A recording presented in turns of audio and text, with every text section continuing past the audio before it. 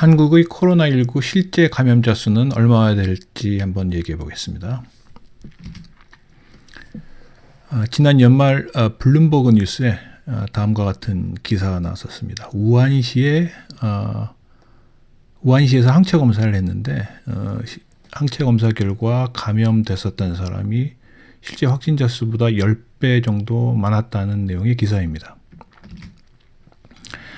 그래서 34,000여 명, 우한시 시민 중에 34,000여 명을 항체 검사를 했는데 그 중에 4.4%가 양성 감염으로 나왔고 이를 우한시 인구 1,100만 명에 적용을 하면 실제 감염된 사람은 48만 4천 명, 대략 한 50만 명의 감염자가 있었다는 그런 계산 결과가 나옵니다.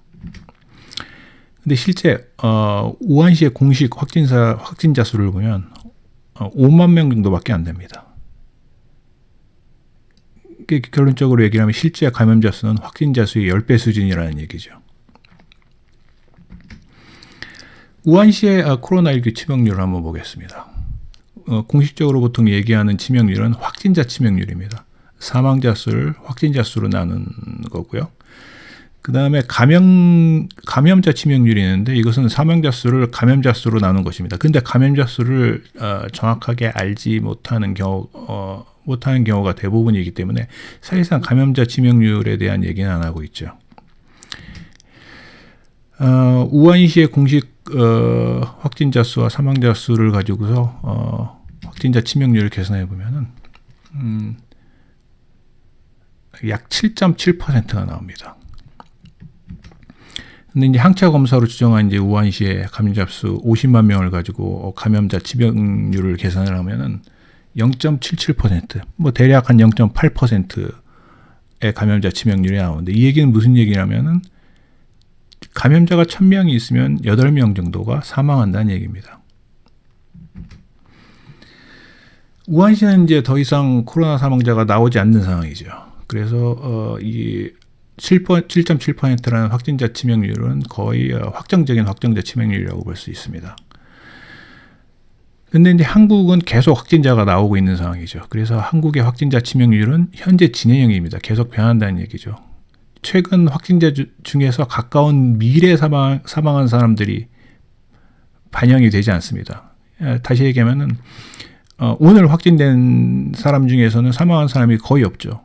한 2-3주 이상을 지나야지 사망할 사람들은 사망을 하게 되는데 그렇기 때문에 현재 확진자 수로 계산한 치명률은 과소평가되는 값이 되는 겁니다. 그래서 질병관리청이 최근 발표한 확진자 치명률 1.5% 정도는 과소평가됐다고 얘기를 할 수가 있죠.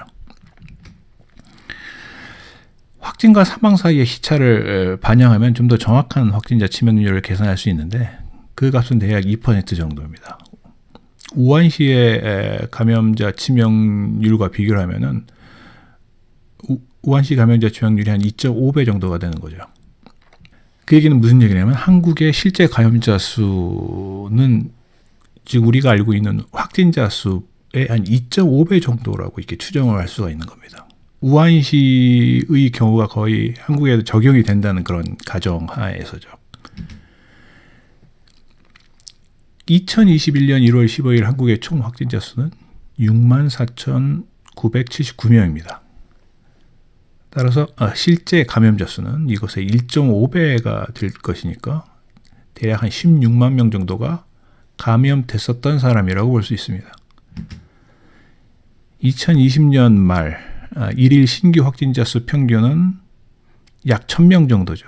12월 중순부터죠 아마 거의 1000명에서 왔다 갔다 하는 수준입니다. 이것도 마찬가지로 감염자 수가 실제 확진자 수의 2.5배 정도라는 가정을 적용을 하면은 일일 신규 감염자 수도 마찬가지로 일일 신규 확진자 수의 2.5배인 약 2,500명 정도가 된다는 얘기입니다. 그러니까 매일 평균적으로 한 2,500명 정도가 감염이 된다는 얘기입니다. 확진자 수 1000명은 감염자 수 2,500명의 40% 정도밖에 안 되기 때문에 신규 감염자 수의 40% 정도밖에 못 찾아내고 나머지 60% 정도는 찾아내지 못하는 상황입니다. 중국 우한시와 한국의 차이를 한번 비교해 보겠습니다. 우한시는 무방비 상태에서 감염 대확산이 일어났습니다. 갑자기 터진 거죠. 그래서 고령층에 대한 보호가 사실상 없었습니다. 고령층도 많이 이제 감염이 되는 상황이었기 때문에 사망자 수가 상당히 많았습니다. 하지만 한국은 이미 예상을 하고 있었고 그거에 대한 대비를 하고 있었죠. 그래서 고령층이 감염되지 않게 이제 충분히 대비하고 있는 상황이었습니다. 우한시와 비교하면 사망자 수는 아무래도 적을 거고 따라서 감염자 치명률도 사실 어쩌면 0.8%보다 낮을 수도 있습니다. 만약에 감염자 치명률이 0.8%보다 낮다면은 좀 전에 추정한 감염자 수보다 실제는 더 많을 수도 있다는 얘기가 될 수도 있습니다. 한국의 코로나19 단기 확진자 치명률 변화를 보죠. 일주일 단위로 끊어가지고서 단기 치명률을 계산하는 건데요. 물론 이제 확진과 사망 사이의 시차도 고려를 했습니다. 주황색으로 이제 표시한 이 부분을 보면은 단기 확진자 치명률은 거의 1% 수준이에요. 이때가 이제 6월, 7월 경입니다. 그 100명이 감염이 되면 한 명이 사망하는 정도의 수준밖에 안 됐었다는 거죠.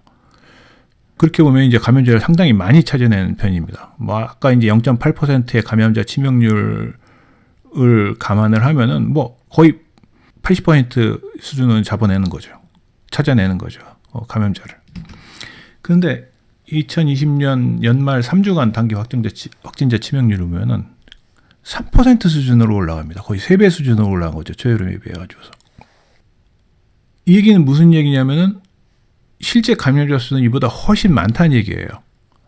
감염자 치명률이 0.8%인데 확진자 치명률이 3%면은 그 배수만큼 실제 감염자 수가 더 많다는 얘기고, 달리 얘기하면은 감염자를 그만큼 못 찾아내고 있다는 얘기입니다. 확진자 중에서 이제 고령층 비율이 증가하면은 아무래도 사망자가 많이 늘어나겠죠. 특히 이제 80세 이상의 고령층 비율이 이제 굉장히 큰 영향을 끼치는데, 초여름에는 80세 이상의 고령층 확진자 비율이 3%대였습니다. 그때 12월에는 6%대로 증가를 하죠. 거의 2배 증가하는데, 사실 80세 이상 고령층 비율이 전체 사망자에서 차지하는 비율은 한 50% 정도 됩니다. 이렇게 2배, 80세 이상 고령층 비율이 2배 증가한 거 가지고서 이렇게 3배가량 높아진 확진자 치명률을 다 설명한다고 볼 수는 없습니다. 그 나머지는 사실상 그 놓친 무증상 감염자가 많아서 이 확진자 치명률이 증가했다고 그렇게 볼 수가 있는 거죠. 지금 굉장히 확진자 치명률이 높은 상황에서는 지금보다 훨씬 더 많이 무증상 감염자를 찾아내야 된다는 그런 얘기가 됩니다. 이 그래프는 한국 코로나19 확진자 치명률이 그동안 어떻게 변했는지를 보여주는 그래프입니다.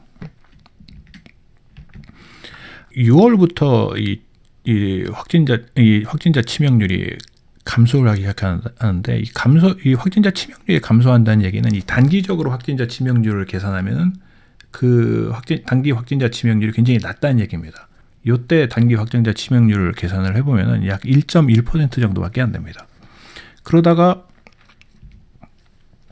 9월을 넘어서면서부터 이 치명률이 1.8% 정도로 계속 유지가 됩니다. 이 기간 동안에는 단기 확진자 치명률도 1.8% 정도로 유지가 된다는 얘기죠.